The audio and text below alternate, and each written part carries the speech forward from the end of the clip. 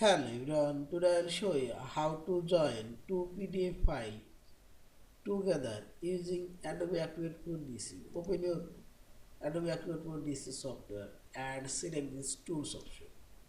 And here you will find this combine file option. Click here.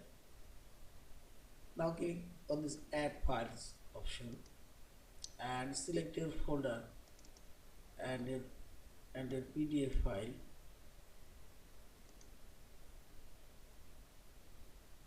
It's a PDF file folder and external label, and I'll join this PDF file and this PDF file together.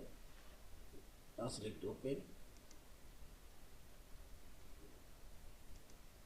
and you can move it up and down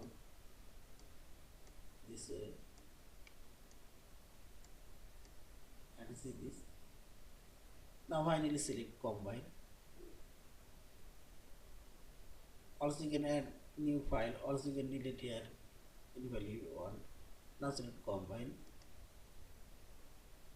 and see this two PDF file now joined on PDF, and finally select this file option, save or save as your PDF file.